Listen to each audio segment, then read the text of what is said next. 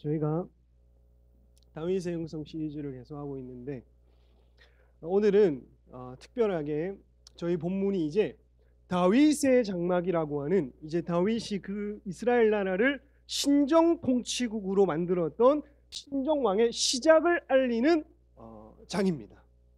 이때 어떤 예배의 시스템이 바뀌고 이스라엘 온 영역 전체의 영적 텐션이 바뀌고 그래서 모든 인본주의와 이 세속주의가 상징하는 것들을 끊어버리고 하나님의 임재를 20년 만에 다시 되찾아오는 장면을 오늘 본문이 얘기하고 있습니다. 여기서 다윗이 찾아오는 하나님의 궤, 언약 궤, 법궤, 이거는 다 같은 말인데 이것은 20년 동안 블레셋에게 빼앗겨서 하나님의 영광이 떠나고 그곳에서 기란 여아림이라는 곳에서 방치되어 있었습니다. 근데 20년 만에 이것을 다시 예루살렘으로 가지고 와야겠다 하고 일어난 사람이 다윗이고, 이것을 통해서 하나님께 묻고 하나님 앞에 예배하고 하나님께 기도함으로써 이 나라를 세우겠다고 한 것이 다윗의 영성입니다. 이 구속사를 이루기 위해서 두 가지 큰 축을 이제부터 앞으로 나아갈 거예요. 그럼 뭐냐면 첫 번째는 예배와 두 번째는 선교입니다. 우리는 예배에 중점하는 공동체고, 그리고 우리는 예배를 기반한 강력한 영성으로 선교를 감당하는 공동체로 나아갈 것이다. 그래서 오늘 여러분과 저 가운데에 그 누구도 여러분 나는 예배자가 아닙니다 하고 부인하는 일이 없고, 그리고 그 누구도 나는 선교하는 관심이 없습니다 하는 사람이 없기를 주님의 이름으로 축복합니다. 정말 하나님의 임재를 끌어오는 예배가 무엇인가에 대해서 오늘 본문은 얘기하고 있다. 다윗이 작정을 하고 하나님의 임재를 끌어오기로 한 겁니다. 20년 만에 그 누구도 해낼 수 없었던 일을, 사사시대가 모든 것들이 결말로 이스라엘의 왕이 없다고 끝나고 사사시대의 모든 잔재들이 20년 동안 최악으로 치닫고 악의 열매들이 맺혀있던 시대에 다윗이 일어나서 우리가 살 길은 하나님을 모셔오는 것, 우리가 하나님의 임재를 구하고 살 길은 그분의 언약궤를 모셔오는 것뿐이다 하고 이제는 예배자들을 불러 모으고 하나님의 나라를 세우고 있어요. 근데 오늘은 다윗이 좀 실수한 영역이 있어요. 다윗은 처음에 어떻게 했냐면 5장 본문을 여러분 찾아가 보면 5장에는 다윗이 어떤 습관을 가졌냐, 5장 19절에 보면 다윗이 여호와께 뭐하여 이르되 되어 있어요. 여쭈어 이르되 이렇게 되어 있단 말이야. 블레셋과 싸우고 블레셋이 쳐들어왔을 때 하나님 내가 이들과 싸울까요 말까요 여쭈어 본 사람입니다. 아까 목사님이 2부 때나 1부 때나 얘기한 걸로 아는데 블레셋이 쳐들어왔는데 물어봐. 아니 우리가 공격하는 거를 물어볼 사람은 있단 말이야. 하나님 내가 전쟁을 할까요 말까요. 근데 쳐들어왔는데 묻는 사람 없어요. 잘 그렇잖아. 내가 한 대 딱 때리면 어떡할 거야. 나쁜 놈이네 이거. 아이 그렇다고 바로 이렇게 또 친다가 아이 그래 뭐 전사님 무슨 이유가 있으시겠죠 해야지. 바로 이제 요한이 주먹이 날라왔어요. 근데 일반적입니다. 보통 요한이처럼 누가 공격하면 쳐야 된단 말이야. 내가 칠까요 말까요 물어보는 사람 없단 말이야. 근데 전쟁을 걸어옴에 있어서도 하나님 내가 전쟁을 할까요? 이게 하나님의 나를 낮추시는 뜻이라면 내가 복속해야 됩니까? 이렇게 물어본 사람인데 오늘 본문에 보면 하나님께 묻고 이 일을 진행했다고 하는 것이 없습니다. 그럼 어떻게 했느냐? 다윗이 여러분 나름대로 열심히 예배 개혁을 일으키고 나름대로 열심히 예배 갱신을 일으키는데 어떻게 접근했냔 말이에요. 보면 역대상 13장 1절에서 2절 한번 띄워주세요. 13장 1절에서 2절 띄워주든지 여러분이 찾든지. 역대상 13장 1절에 보면 다윗이 천부장과 백부장과 곧 모든 지휘관과 더불어 뭐하였다고요? 의논하였다 되어 있고 끝에 보면 너희가 뭐하게 여김으로?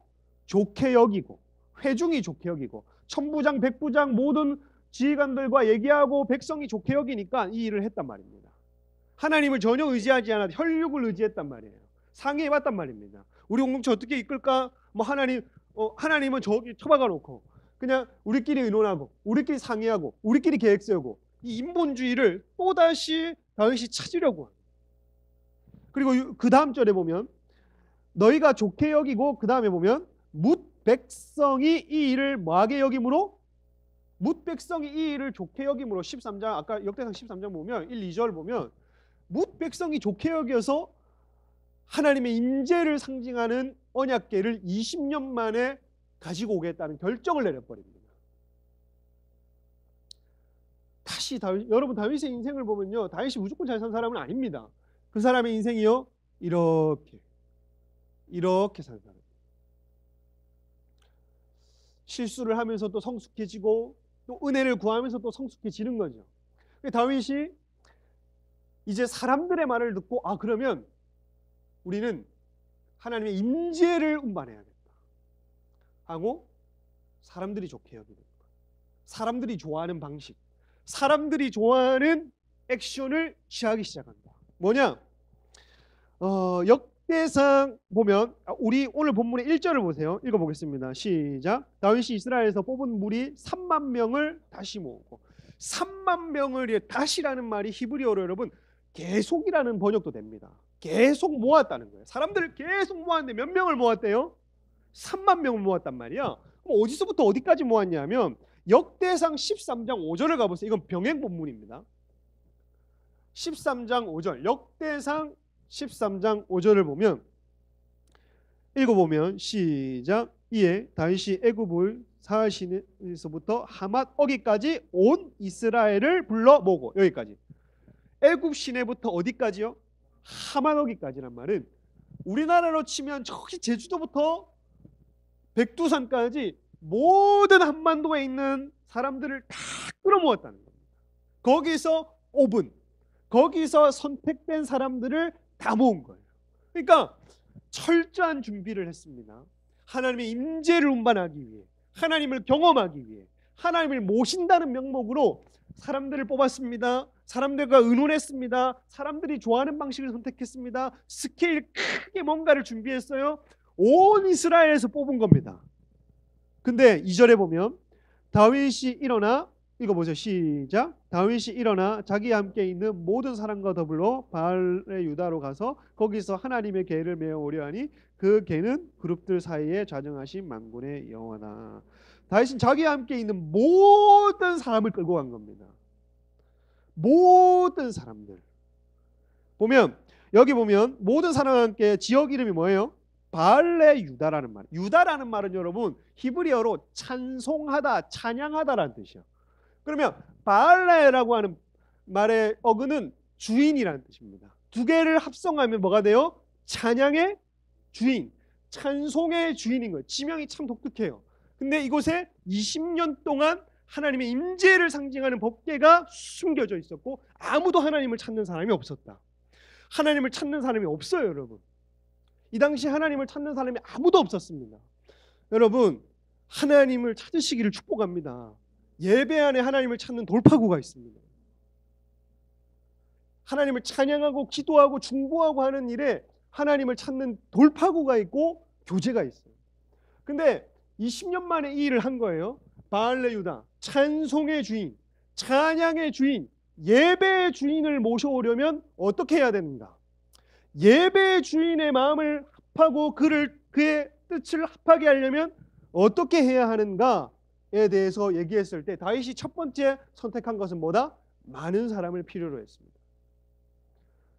여러분, 예배하는데 많은 사람이 필요하지 않아요. 뭐 목장 운영하는데, 공동체 운영하는데 나도 한 번씩은 헷갈려. 많이 왔으면 좋겠다, 많이 했으면 좋겠다, 많이, 그냥 무조건 많이. 난 물량주의야. 때로는 물량으로 때려 부어. 철저한 준비, 철두철미한 계획. 많은 사람들이 모여. 그럼 어떤 사람들이 있겠어요? 군중 심리에 의해서 막 예배하는 사람도 있을 뿐 아니라 다른 사람 등 뒤에서 하나님 예배하지도 않으면서, 하나님을 찬송하지도 않으면서, 하나님을 갈망하지도 않으면서 어떤 사람을 방패 삼아서, 어떤 등짝을 방패 삼아서 그냥 숨어서 그저 그렇게 있는 사람도 있고, 믿음 생활을 그저 그렇게 하는 사람도 있고, 많은 사람 불러 모아봤자지. 근데 많은 사람들을 모으기 시작했어요. 여러분, 예배는요 이렇게 많은 사람, 지금 여기에 뭐 한 80명이 있는지 모르겠지만 많은 사람 등 뒤에서 많은 사람 방패 삼아서 예배하는 것, 그것은 여러분 옳은 방법 아닙니다. 많은 군중들에 속해서 내가 예배 드리는 것, 그건 별개의 문제입니다. 이 예배 시간이 뜨겁든 이 예배 시간 하나님의 임재가 있든 내가 그 등 뒤에 숨어 있는 것은 별개의 문제예요. 저는 속일 수 있죠. 목자 목녀와 여기 있는 많은 사람들의 두 눈을 속일 수 있어요. 아, 쟤도 예배하는구나. 쟤도 이 무리에 속혀 있구나. 아, 쟤도 이 생명수교회 예배 안에 젖어 들어 있구나. 하지만 하나님의 눈동자를 피할 수 있는가? 없단 말이에요. 예배는 각 개체가 돼야 됩니다. 예배는 각 사람이 돼야 되고, 하나님의 임재를 갈망하는 일은 여러분 한 사람이 짓고 해야 될 일이에요. 모든 사람이 하나님을 각인으로 만납니다. 여러분, 예배자가 일어나기를 축복합니다. 한 사람 한 사람. 그죠? 많은 사람에게 숨을 필요 없어요. 그래서 저는요, 좀 도른자가 나타났습니다. 항상 도른자가 좀 나타났으면 좋겠다, 예배 가운데. 그래서 어떨 때는 이런 좀 목장끼리 앉는 이 분위기를 좀 깨고, 나는 그냥 앞에서 예배하고 싶다, 앞에서 찬양하고 싶고 나는 기도하고 싶다 하는 사람은 그냥 앞에 나와서 그냥 예배하고 하나님께 나아가고 그냥 각 개체가 되어서 그렇게 내 목자 목녀들한테 제안했더니 그럴 사람 없다는 거예요. 내가 너무 여러분들을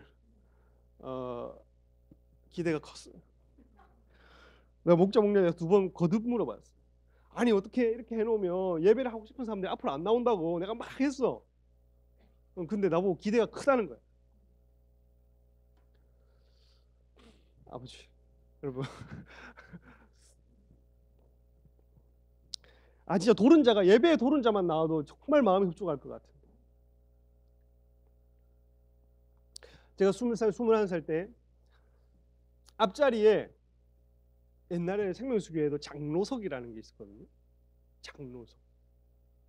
나는 맨 앞자리에 앉았어. 그냥 하나님을 너무 사모하기 때문에 맨 앞자리에 앉고, 그 다른 사람 뭐 자꾸 앞에 손 보이고 뭐 하는 거 필요 없잖아 사실. 난 맨 앞을 갔어요.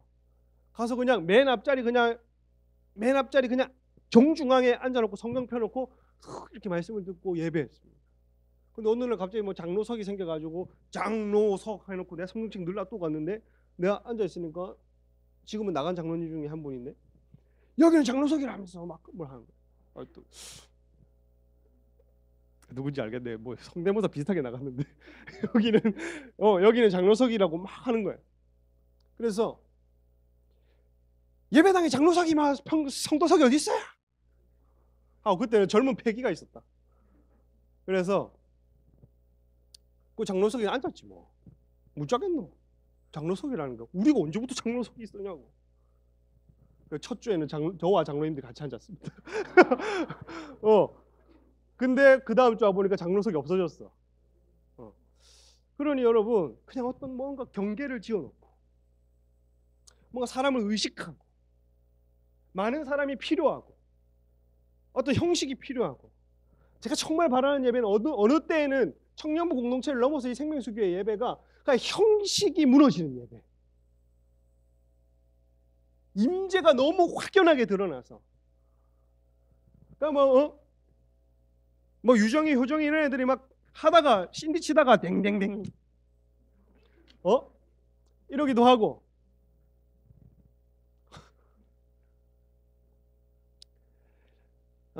그런 어떤 시간과 경계가 무너지는, 다윗은 하나의 경계를 세운 게 있다면 뭐냐 하면 하나님의 임재를 운반하기 위해서는 군중이 필요하고 많은 사람이 필요하고 숨을 곳이 필요하고, 어떤 사람에게는 숨은 곳이 제공이 되고 어떤 사람에게는 군중 심리가 제공이 되고, 다 필요 없어요. 다윗은 그걸 선택했단 말입니다. 근데 이게 뭐냐? 그러면 3절에 보면 그들이 하나님의 궤를 어떻게 했냐면, 보세요. 하나님의 궤를 새 수레에 싣고 산에 있는 아비나답의 집에서 나오는데, 아비나답의 아들 우사와 이름이 뭐라고요? 아요가 그 새 수레를 모니라. 3절에 보면 두 번째는 뭘 준비했어요?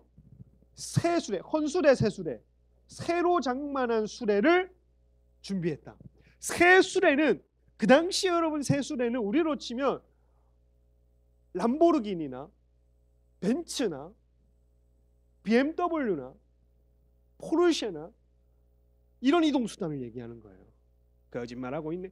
진짜입니다. 그때 뭐가 있겠어 사실. 이제 철기 넘어온 애들인데. 새 수레를 제일 원료 중에 가장 최신이야. 뭘 만들었어. 걔네들이 이방신, 자기 신들을 운반하는 이동수단을 새 수레, 신을 운반하는 수단을 수레로 했단 말이야. 그럼 사람이 잘 쓸 수 없단 말이겠죠. 근데 그걸 만들어 놓고 새 수레, 헌수레를 해도 괜찮은데 새 것을 장만해서 떡 하나님의 임재를 운반하겠다고 하고 철저한 준비를 하고 자기 나름대로 엄청난 노력을 했습니다. 여러분, 뭐 새로운 시스템, 새로운 기술, 새로운 공간, 가장 좋은 공간, 가장 좋은 시스템, 가장 좋은 형식, 이것도 여러분 본질의 문제가 아니라는 거죠. 그 당시에 새수레의 언약궤를 싣고 예루살렘으로 가는 것은 하나님을 벤치에 태우고 예루살렘으로 가는 것과 마찬가지입니다. 철저하게 준비했죠. 좋은 것을 예비했습니다. 근데 이것 또한 본질이 아니라는 거예요. 왜냐하면 나중에 한번 보겠어요. 살펴보겠어요. 4절 그럼 보세요. 4절. 읽어보겠습니다. 시작. 그들이 산에 있는 아비나답의 집에서 하나님의 궤를 싣고 나올 때에 아요는 궤 앞에서 가고. 그들이 산에 있어. 아비나답의 집에서 하나님의 궤를 싣고, 궤가 엄청 무겁거든요, 여러분. 수레에 실을 정도니까. 소가 끓었다니까 한 몇십 킬로 될 거야. 금도 발려져 있고 하니까. 올 때에 아요는 궤 앞에서 가고, 그러니까 산에서 내려오는데 수레에 싣고 우사는 궤 옆에 있다 되어 있고, 원문을 보면 새 수레를 싣고 내려가는 길에 어떻게 됐냐? 5절에 보면 다윗과 이스라엘 온 족속은 잣나무로 만든 여러 가지 악기, 이렇게 돼요. 여러 가지 악기라고 되어 있는데 뭐가 돼요? 처음에 뭐가 되어 있어요? 수금은 6줄 악기래. 그 당시에 6줄로 튕기는 악기가 있었나 봐. 현악기 중에 하나겠죠. 그리고 비파는 하프를 얘기합니다. 하프는 7줄에서 한 24줄 정도의 종류가 있을 거야 아마. 그래서 하프다. 현악기 종류고, 소고는 작은 북. 우리 작은 북 알죠? 소고 초등학교 때 치던 거. 작은 북. 그리고 앙금은 이걸 얘기하는 거예요.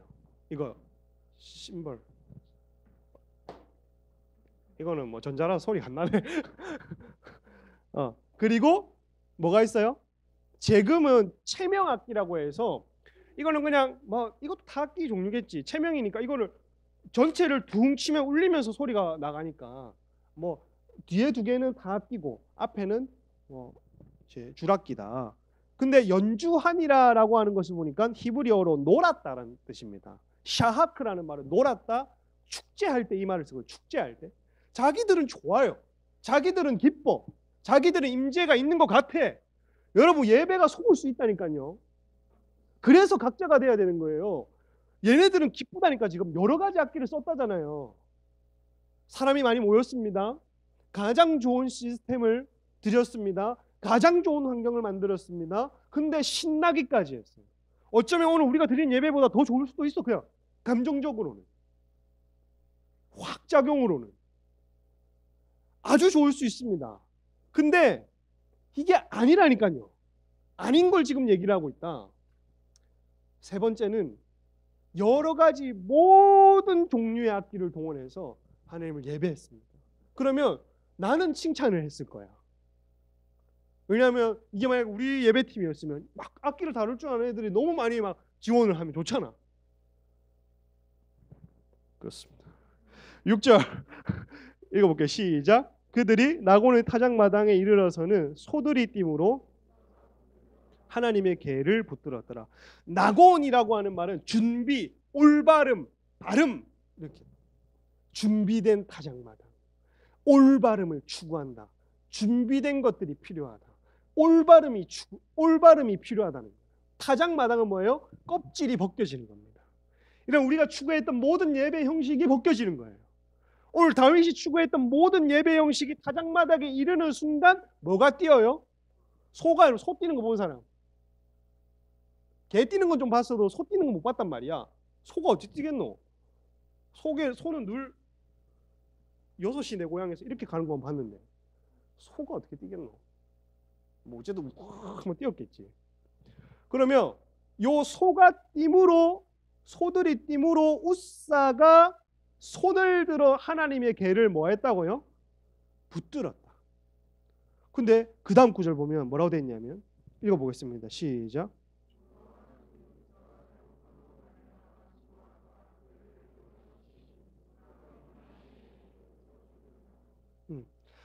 웃사가 괴가 떨어질까봐 이 소가 미쳤나 하고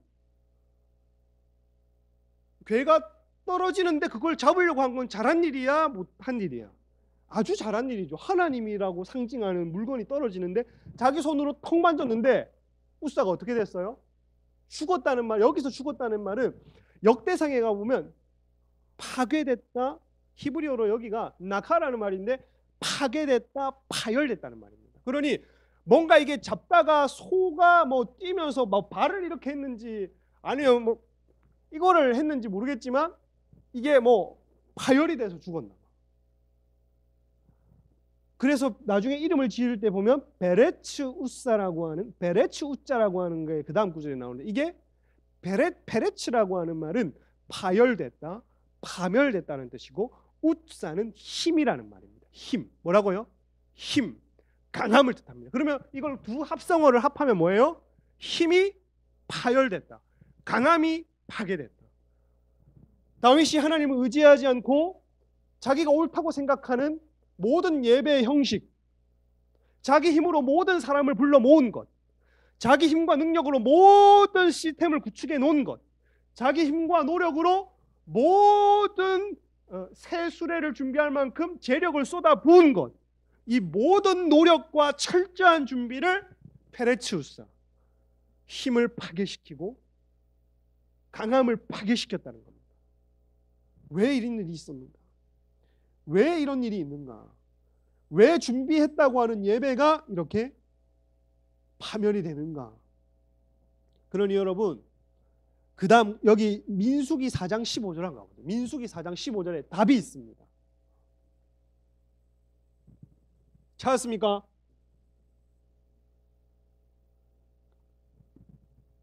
찾았죠? 진영을 떠날 때 아론과 그의 아들들이 성소와 성소의 모든 기구 덮는 일을 마치거든 고핫 자손들이 와서 뭐 한다고요? 맬 것이요. 그러나 성물은 뭐 한다고요? 아까 여러분 고핫 자손들이 뭘 하라고? 매라고. 성물은. 근데 성물은 고핫 자손들 외에는 뭐 하라고요? 만지지 말라. 아까 그러면 여기 보면 실수가 뭐예요? 아까 하나님의 법궤는 어떻게 운반해야 돼요? 고핫 자손이 매야 된단 말이에요. 첫 번째 말씀을 벗어났다. 두 번째 어떻게 했어요? 성물은 고핫 자손만 만질 수 있는데 구약 당시에 지금은 누가 만졌어? 우사가 만지기 때문에 말씀을 어긴 게 됩니다. 그래서 우사라는 말은 아까 말했듯이 히브리어로 힘, 강함을 뜻하고 페레치는 파괴와 분열, 파열을 뜻한다 했죠. 그래서 하나님의 말씀을 벗어난 모든 일들은 고집이라는 겁니다. 우사라고 하는 히브리어의 한 네 번째, 다섯 번째 뜻은 고집이라는 뜻이 있거든요. 여러분, 우리의 힘과 우리의 능력과 우리의 강함이 하나님이 하라고 하는 방향과 하나님이 하라고 하는 뜻을 벗어나면 고집인 겁니다. 거기서부터 예배가 실패되는 거죠. 찬양하는 예배뿐만 아니라도, 여러분 우리가 삶의 예배라도, 나아가서 하는 예배라도 많은 수의 사람을 의지하지 말고, 은금을 의지하지 말고, 가장 좋은 곳에 미쳐 살지 말고, 그리고 가장 좋은 것에 목매지 말고, 어떻게든 그것 하나님 외에 다른 것들, 좋은 것들을 얻으려고 하는 그 소유욕과 그 힘과 그것을 어떻게든 가지려고 하는 능력과 강함을 하나님 말씀에서 벗어나면 그건 고집이라 얘기합니다. 여러분, 예배 안에서 여러분의 모든 고집이 꺾이기를 축복합니다. 하나님의 강함이 드러나시기를 축복합니다. 하나님의 강함, 하나님의 힘, 사람의 모든 힘과 강함이 타작마당, 낙원의 타작마당이라고 하는 것은 낙원이라고 하는 말은 아까 올바른 발음이라 했는데 타작마당은 껍질이 벗겨지는 장소입니다. 그렇죠? 알곡은 들이고 껍질은 벗겨지고, 그래서 이 모든 것들의 껍질을 벗기시고 불순물들을 제거하신 장소가 오늘 소가 띠므로써 법궤가 쓰러짐으로 나온 것. 그래서 보십시오. 9절에 보면 9절에 보면 어떻게 되는가? 다윗이 그날에 여호와를 두려워하여 이르되 여호와의 개가 어찌 내게로 뭐하리요? 오리요. 다윗이 여러분 두려움을 느꼈습니다. 두려움은 여러분 믿음과 관계되어 있습니다. 따라해보세요. 두려움은 믿음과 관계되어 있다. 왜 믿음과 관계될까요? 두려움과 믿음이 왜 이런 상호적인 작용을 할 수밖에 없는 관계일까요? 하나 예수님이 이렇게 얘기를 하죠. 베드로에게 믿음이 작은 자들아 뭐하지 말라? 두려워하지 말라. 경외 외의 두려움은요, 대개의 경우에는 믿음의 문제입니다. 우리가 어떤 상황에 직면했을 때 두려움은 두려움으로 끝나는 게 아니라 내 믿음을 증강시켜야 되는 문제입니다. 두려움은 믿음과 관계 있다. 확신이 있고 믿음이 있는 만큼 두려움을 내어줬겠죠. 다윗은 여기에 대한 확신이 잃어버린 거예요. 내가 모든 인력을 투자해봤고 모든 재력을 투자해봤고 모든 좋은 시스템을 만들어놨고 최고의 예배다 하고 오늘 드렸는데 그 믿음이 완전히 산산조각나서 예배는 여러분 믿음이 생기는 자리입니다. 근데 자신이 한 예배의 자리에서 뭐가 생겼냐면 두려움이 생겨버렸어요. 그러면서 내게로 오리오, 어떻게 하면 임재가 내게 올 것인가 라고 했을 때 10절 다윗이 여호와의 궤를 옮겨 다윗성 자기에게를 메어가기를 뭐 한다고요? 즐거워하지 아니하고 가드 사람 오베데돔의 집으로 뭐 하였다고요? 메어간지라. 여러분 최선, 최고, 최대치 할 수 있는 한 모든 것 좋습니다. 여러분 여기서든 여기 밖에서든 그렇게 노력하는 거 아주 좋아요. 좋지만 그것이 여러분 내가 한 일들이 믿음과 상관없다는 것으로 느껴지는 순간 우리는 예배를 싫어하도록 되어 있습니다. 신앙생활을 싫어하도록 되어 있습니다. 이게 사람이 본성이 약한 게 이러면 이럴수록 하나님에 대한 실망이 있을 수 있습니다. 많은 선교사님들이 이런 얘기를 하잖아요. 내가 이렇게 하나님을 섬겼는데 사역 끝에는 하나님 이런 병을 주신다. 원망하는 사람들이 왜 일어납니까? 내가 많은 리더들이 여러분도 목자 목녀가 되어보고 또 여러분들 리더가 되어보고 리더가 될 사람들이고 집사님, 권사님, 장로님 그 다음에 그렇잖아. 그렇게 돼서 여러분이 많은 교회를 섬겨보고 하나님을 섬기겠다고 이 선교 저 선교 다 다녀보고 해보면 결국에 여러분 거기에 자기의 힘이 들어가고 인간의 강함이 들어가고 하나님과 뜻과 상관을 말씀대로 해야 되네. 말씀 다 벗어났잖아. 좋으면 뭐해? 근데 이렇게 축적하고 살아왔던 모든 것들이 하나님에 대한 불확실성, 하나님에 대한 싫음. 오늘 다윗이 예배가 싫대요. 다윗이라고 하는 사람이 예배가 싫다는 고백을 여러분 들어봤어요? 그 다윗이 오늘 이렇게 얘기하는 거예요.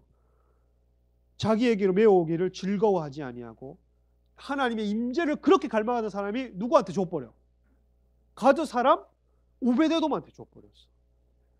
그 다음 마지막 구절입니다. 읽어보겠습니다. 시작.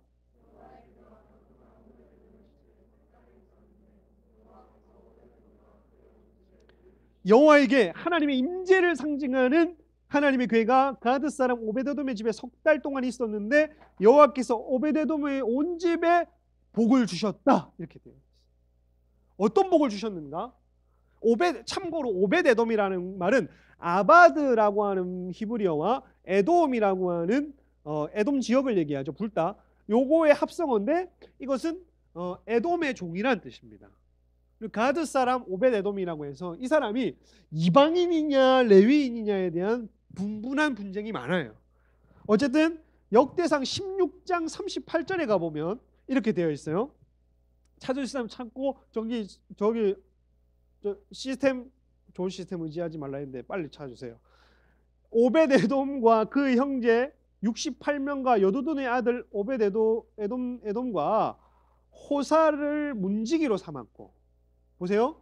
역대상 16장 38절에는 그냥 가드 사람 오벳에돔을 무슨 문지기로 삼았다죠? 성전 문지기로 삼은 겁니다. 다윗 성전의 문지기로. 이 사람은 그래도 유일하게 임재를 지켰죠. 그 다음 또 복이 뭐냐? 역대상 26장 4절 5절 찾아보세요. 26장 4절 5절. 오벳에돔이 무슨 복을 받았길래 석 달 만에. 보면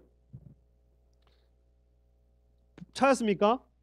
오벳에돔의 아들들은 이러이러하다라고 되어 있고, 저 9절 끝에 보면 5절 끝에 보면 이는 하나님이 오벳에돔에게 뭐 하였습니다? 복을 주셨습니다. 이렇게 되어 있어요. 60여 명의 자손들이 났어요. 이 당시에. 그리고 26장 8절 가보세요. 이는 다 오벳에돔의 자손이라 하고 맨 마지막에 보면 난자가 몇 명이다? 62명이다. 자손의 복을 받았어. 그리고 성전 문지기의 지위를 얻었어. 이 사람이 여러분, 첫 번째는 여호수아 21장 24절에 가보면 아까 성물은 누가 만져야 된다고? 고핫 자손. 고핫 자손에게 분배된 성읍 중에 여호수아 21장 24절인가 가보면 가드림몬이라는 데가 있어요. 가드림몬. 그래서 아까 가드 사람 오벳에돔이라 했죠. 그러니까 얘가 오벳에돔이 가드림몬 사람의 고핫 사람인데 가드림몬에 살던 사람인가 봐. 그래서 얘는 만져도 안 죽어. 그럼 다윗은 이걸 깨닫지 못해서 평소에 이게 성경을 가까이 안 해서 요 해석이 있고, 두 번째는 여러분 잘 보세요. 가드는 블레셋 지역입니다. 이방이죠. 가드 사람이라는 말이 이방 사람 오벳에돔, 이름도 오벳에돔이라는 거. 에돔은 유다 사람이 어떻게 그 종으로 팔리지 않는 이상, 한번 뭐 지배를 당하지 않은 이상 오벳에돔이라는 이름을 지을 수 없잖아. 이 사람을 이방인이라고 보는 사람들이 이렇게 두 진영으로 나뉩니다. 그러면 이게 영적으로 해석하면 이런 거예요. 잘 보세요. 예수 그리스도의 복음이 예수 그리스도의 성육신한 그 땅에 하나님이 사람의 몸을 입고 와서 은혜를 열어주셨잖아요. 휘장을 찢어주시고 하나님 자체가 이 세상에 오셨잖아요. 근데 이 예수 그리스도를 받을 준비가 안 된 그 2000년 당시에 유대인이 준비되지, 자기들은 어마어마한 노력을 하고 메시아를 기다렸지만 하나님과 방법과는 절대 달랐던 유대인이 받을 수 없는 복음이 마치 법궤가 미끄러져서 오벳에돔 앞에 떨어진 것처럼 누구한테 지금 복음이 전해졌어요? 지금 현재 시대에 이방인에게. 지금 이 어마어마한 계시가 여기에 펼쳐지는 것은 하나님이 이제는 동물 제사의 시대를 끊어버리고 다윗 시대 이후부터 찬양하고 예배하고 찬송하는 예배를 기뻐 받으시기 시작했고, 신약의 예배로 전환하는 강력한 영적인 변화가 일어났을 뿐 아니라, 두 번째는 아주 중요한 계시가 유대인들이 준비되지 못해서 받아내지 못한 임재가 2000년 전에 우리 이방인에게 주어진 것처럼 오늘 이스라엘에게 주어진 하나님의 언약궤 임재가 준비되지 못한 유다와 다윗에게 갔지만 하나님의 말씀과 전혀 다른 방식으로 준비되었기 때문에 이 복이 누구에게로 갔다? 가드 사람 오벳에돔. 이게 숨어 있는 겁니다. 그러니 다윗의 장막이라고 하는 예배의 회복에는 구속사가 담겨 있어요. 유대인이 돌아오는 일과 이방인이 주를 아는 일. 그냥 여러분이 그냥 찬양하고 그냥 예배하는 것 같지만, 여러분이 주님 어서 오십시오, 주님 만왕의 왕이십니다, 열방의 주인은 예수, 주의 길을 예비합니다, 이런 찬양을 할 때마다 여러분의 만족을 누리는 예배가 아니라 이 가사가 정말 기도라고 여러분이 믿어진다면 이것은 구속사를 이루는 거예요. 내 백성들이 주님 오십시오, 할렐루야 어린 양, 뭐 구원하심이 보좌에 앉으신 주님 어서 오세요. 주님을 기다립니다. 내 백성들이 전심으로 저렇게 찬양하는데 내가 안 갈 수가 있겠냐? 내가 저 기도를 이루어야지. 기도랑 예배랑 다른 점이 뭐냐면 멜로디가 있고 없고의 차이입니다. 기도랑 예배가 단순하게 다른 점이 뭐냐 하면 악기가 있고 없고의 차이예요. 찬양의 가사를 보세요. 다 기도지. 근데 이걸 믿음으로 드린다면 우리가 하나님 뭐 열방의 주 예수십니다 이렇게 할 수 있겠어요? 예배를? 정말 이걸 믿음으로 드린다면 다윗처럼 고른 자가 나오는 거지. 정말 이 예배가 정말 가사 그대로 하나님이 기도처럼 기도니까 역사하는 것을 믿는다면 우리가 예배할 때 뭐 잘 왔습니다. 갑니다. 이 정도가 아니라고. 예배는 다시 한번 여러분 이 메시지를 마무리하면서 이 청년 공동체 내에 이제 올해에 예배자들이 일어나기를 축복합니다. 상반기에 하나님의 임재를 운반하시기를 축복합니다. 말씀대로. 먼저 그럼 우리가 해야 될 게 뭐냐? 이것만 짧게 마무리하고 마치겠어요? 사람들이 보통은 임재 이러면 하나님이 오는 걸로 생각해. 그러니까 자기가 안 느껴진다 생각하거든. 교회를 와. 막 예배팀 열정적으로 해. 지도 왔어. 지도 막 손들고 들어. 일어나니까 막 앉았다 일어났다 해. 막 하래가 다 해. 하는데 지그런 느껴지는 것 같아. 나 안 느껴지거든. 헌금 내고 가. 그 다음 주에 와. 또 일어나라 해. 뭐 찬양하자 해. 지그런 막 느껴지는 것 같지만 앞에서 막 똥폼 잡고 찬양하는 나는 안 묻고도 안 느껴진단 말이야. 그렇게 왔다 갔다 한단 말이야. 그래서 하나님 나를 안 만나주시나 보다. 나에게 안 오시나 보다 이렇게 얘기하지만 여러분 오늘 본문에 입각해서 엄밀하게 얘기를 하면 하나님의 임재를 상징하는 법궤를 다윗이 옮겨오려고 하나님을 초청한 것 같지만 처음에 다윗이 해야 됐던 일은 먼저 가서 모셔올 때에 누구를 데리고 갔어야 해요. 세수레가 아니라 고핫 자손을 데리고 갔어야 하지. 예배는요 임재가 올 때까지 기다리는 게 예배가 아닙니다. 내가 말씀 안으로 뛰어들어야 되는 게 예배입니다. 내가 여기 있든 이 교회 밖에 있든지 간에 하나님의 말씀을 염두하고 뛰어들어야 그게 예배입니다. 다윗은 그걸 실패한 거죠. 초청은 기가 막히게 했어. 모든 세션과 모든 인파들을 동원해서 예배에 초청을 했어 하나님은. 자기가 잘못한 게 뭐예요? 하나님을 오는 줄 알았는데 자기가 말씀으로 뛰어들어서 고핫 자손을 불러야 했고 레위인의 어깨에 맸어야 했고 그냥 놀듯이 축제하듯이 막 예배하는 게 아니라 고핫 자손이 땀을 뻘뻘 흘리면서 씨름하는 예배가 있어요.